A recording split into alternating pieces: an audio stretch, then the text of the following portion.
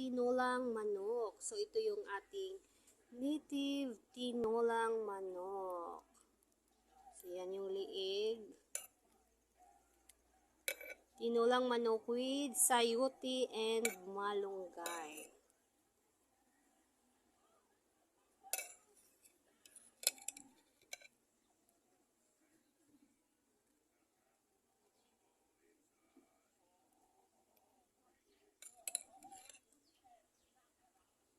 Meron tayong pritong isda. So, ito yung ating pritong isda.